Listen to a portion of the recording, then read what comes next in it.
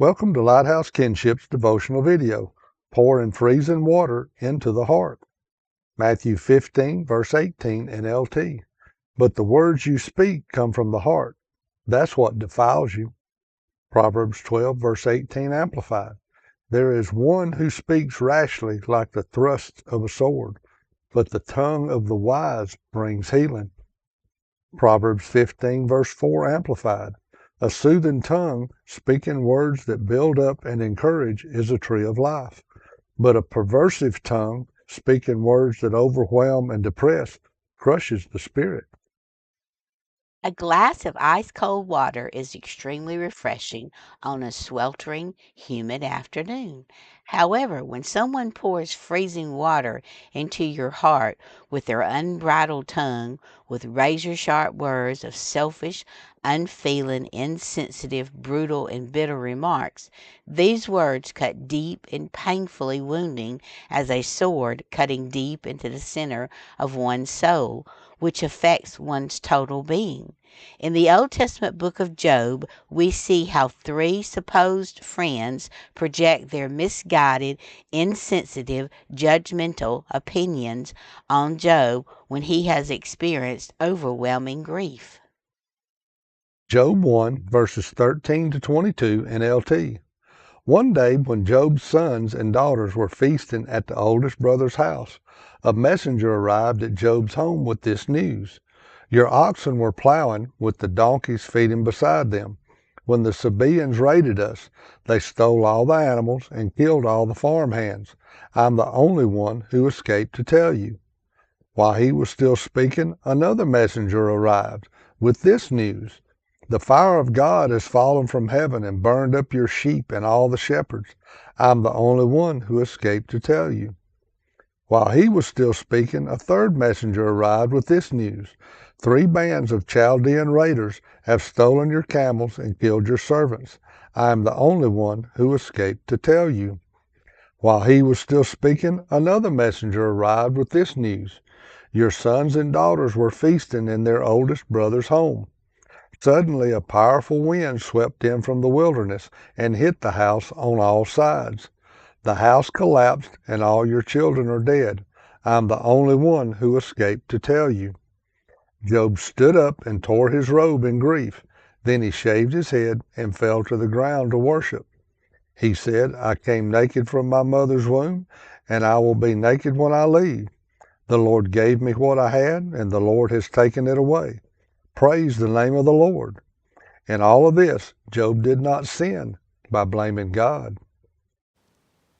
After the unimaginable tragedy and total devastation of Hurricane Helene in western North Carolina, Bobby and I saw a video of this overwhelming loss of individuals' lives, houses, cars, roads, and property completely washed away.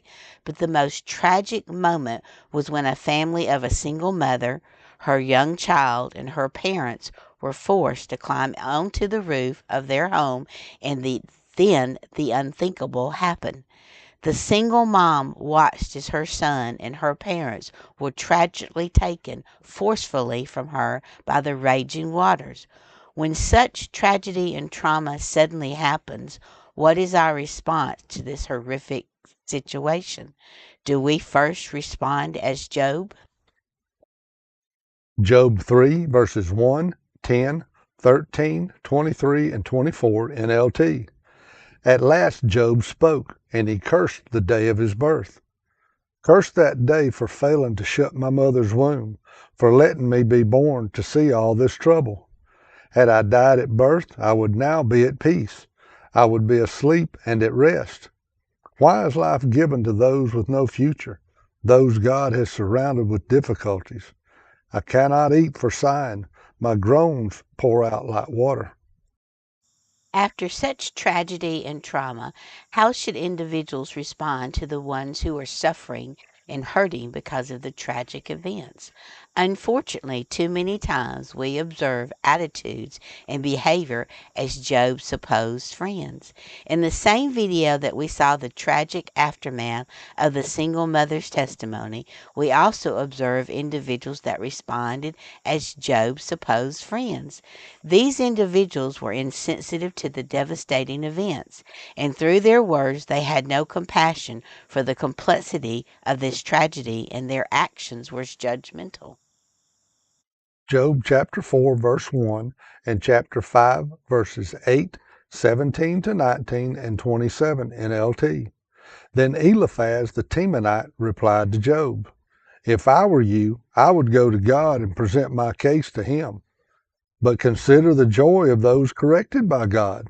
Do not despise the discipline of the Almighty when you sin.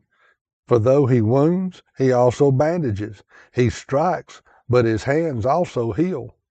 From 6 disasters he will rescue you. Even in the 7th he will keep you from evil." We have studied life and found all this to be true. Listen to my counsel and apply it to yourself. Job 8, verses 1 to 7 NLT. Then Bildad the Shuhite replied to Job, "How long will you go on like this? You sound like a blustering wind. Does God twist justice? Does the Almighty twist what is right? Your children must have sinned against him, so their punishment was well deserved. But if you pray to God and seek the favor of the Almighty, and if you're pure and live with integrity, he will surely rise up and restore your happy home. And though you started with little, you will end with much." Over a decade, Bobby and I have known the pain of having our loved ones turn from God and us and walk with individuals that are leading them directly down the road of unthinkable devastation. The book of Job is the testimony of a man who was at a complete loss of why he was experiencing all this suffering and pain.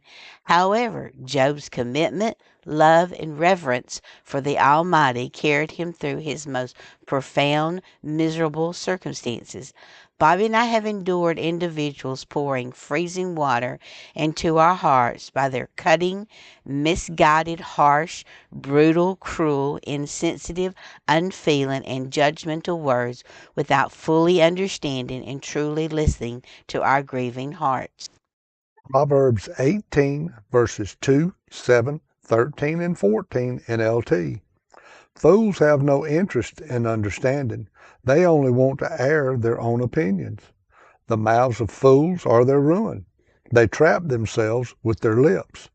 Spouting off before listening to the facts is both shameful and foolish. The human spirit can endure a sick body, but who can bear a crushed spirit? This concludes our devotional video of Lighthouse KinShip, pouring freezing water into the heart. Proverbs chapter 18, verse 4, 10, 20 NLT. Wise words are like deep waters. Wisdom flows from the wise like a bubbling brook. The name of the Lord is a strong fortress. The godly run to him and are safe. Wise words satisfy like a good meal. The right words bring satisfaction. Lighthouses. Jesus Christ is the light of the world. KinShip. Comfort. Enlightening the eyes of your heart. Photography. Traveling. Camping. What do all these things have in common? Monica and I excitedly invite all to journey with us, not only through YouTube, but by personal appearance. Church, Sunday school class, small group, church socials, other activities where the Word of God is shared, as we share the challenges, blessings, and adversities through the lens of the camera and God's divine Word. Please contact us by email for Monica and me to share our experiences in person. Our email address is lighthousekinshipllc@gmail.com. Our email is also listed in the description below. And please like and subscribe to our videos and help us to spread the gospel by sharing these videos on your social media platforms.